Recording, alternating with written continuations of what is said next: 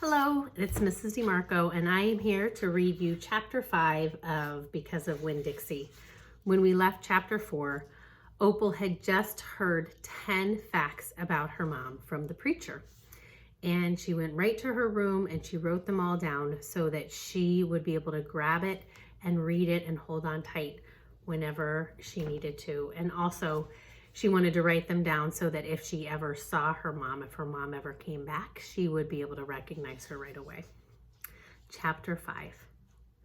Winn-Dixie couldn't stand to be left alone. We found that out real quick. If me and the preacher went off and left him by himself in the trailer, he pulled all the cushions off the couch and all the toilet paper off the roll. So we started tying him up outside with a rope when we left.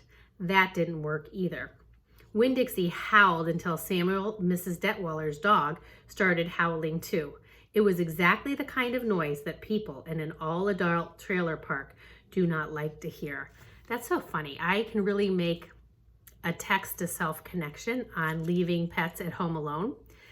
My cats growing up and my parents' cats when I'd go back to visit as an adult, when we were out of the house, they'd get up on the mantle, which is like the shelf above a fireplace, and anything that was on there, they would bat it off and then play with it all over the house. So whether it was cards or decorations, they could not be left alone in that room with us being gone. I'm sure you probably have stories of what your pets do when they're left alone. He just doesn't want to be left alone, I told the preacher. That's all. Let's take him with us. I could understand the way Winn-Dixie felt. Getting left behind probably made his heart feel empty. Oh, you know why she can understand, right? Because her mom left her behind.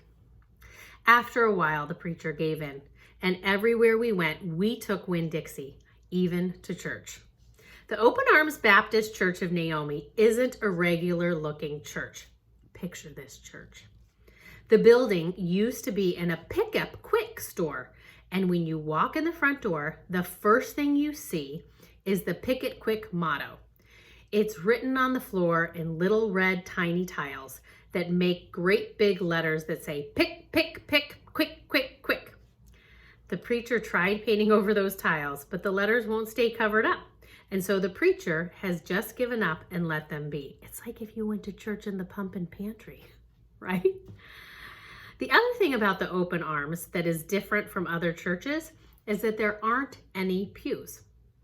People bring in their own fold-up chairs and lawn chairs, and so sometimes it looks more like the congregation is watching a parade or sitting at a barbecue instead of being at church. It's kind of a strange church, and I thought Winn-Dixie would fit right in. But the first time we brought Winn-Dixie to Open Arms, the preacher tied him outside the front door. Why did we bring him all the way here just to tie him up? I asked the preacher. Because dogs don't belong in church, Opal, the preacher said. That's why. He tied Winn-Dixie up to a tree and said there was lots of shade for him and that it ought to work out real good. Well, it didn't. The service started and there was some singing and some sharing and some praying, and then the preacher started preaching, and he wasn't but 2 or 3 words into his sermon when there was a terrible howl coming from outside. The preacher tried to ignore it. Today, he said. "Ow," said Winn-Dixie. "Please," said the preacher. "Ow," said Winn-Dixie. "Friends," said the preacher. "Arr, arr," wailed Winn-Dixie. Everyone turned in their lawn chairs and fold-up chairs and looked at one another. "Opal," said the preacher. "Ow," said Winn-Dixie. "Yes, sir," I said. "Go get that dog," he yelled. "Yes, sir," I yelled back. I went outside and untied Winn-Dixie and brought him inside, and he sat down beside me and smiled up at the preacher, and the preacher couldn't help it. He smiled back. Winn-Dixie had that effect on him, and so the preacher started in preaching again. Winn-Dixie sat there listening to it, wiggling his ears this way and that, trying to catch all the words, and everything would have been all right, except that a mouse ran across the floor. The Open Arms had mice. They were there from when it was a Pick It Quick, and there were lots of good things to eat in the building. And when the Pick It Quick became the Open Arms Baptist Church of Naomi, the mice stayed around to eat all the leftover crumbs from the potluck suppers. The preacher kept on saying he was going to have to do something about them, but he never did. Because the truth is, he couldn't stand the thought of hurting anyone, even a mouse.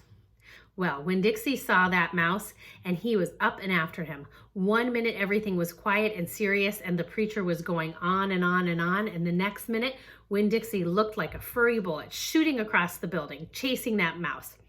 He was barking and his feet were skidding all over the polished picket quick floor. And people were clapping and hollering and pointing. They really went wild when Winn-Dixie actually caught the mouse. "I have never in my life seen a dog catch a mouse," said Mrs. Nordley. She was sitting right next to me. "He's a special dog," I told her. "I imagine so," she said back. Winn-Dixie stood up there in front of the whole church, wagging his tail and holding the mouse real careful in his mouth, holding on to him tight, but not squishing him. "I believe that mutt has got some retriever in him," said somebody behind me. "That's a hunting dog." Winn-Dixie took the mouse over to the preacher and dropped it at his feet. And when the mouse tried to get away, Winn-Dixie put a paw right over the mouse's tail. Then he smiled at the preacher. He showed him all his teeth. The preacher looked down at the mouse. He looked at Winn-Dixie. He looked at me. He rubbed his nose. It got real quiet in the picket quick. "Let us pray," the preacher finally said, "for this mouse." And everybody started laughing and clapping. The preacher picked up the mouse by the tail and walked it and threw it out the front door of the picket quick. And everyone applauded again. Then he came back and we all prayed together. I prayed for my mama. I told God how much she would have enjoyed hearing the story of Winn-Dixie catching that mouse. It would have made her laugh. I asked God if maybe I could be the one to tell her that story someday. And then I talked to God about how I was lonely in Naomi because I didn't know that many kids, only the ones from church.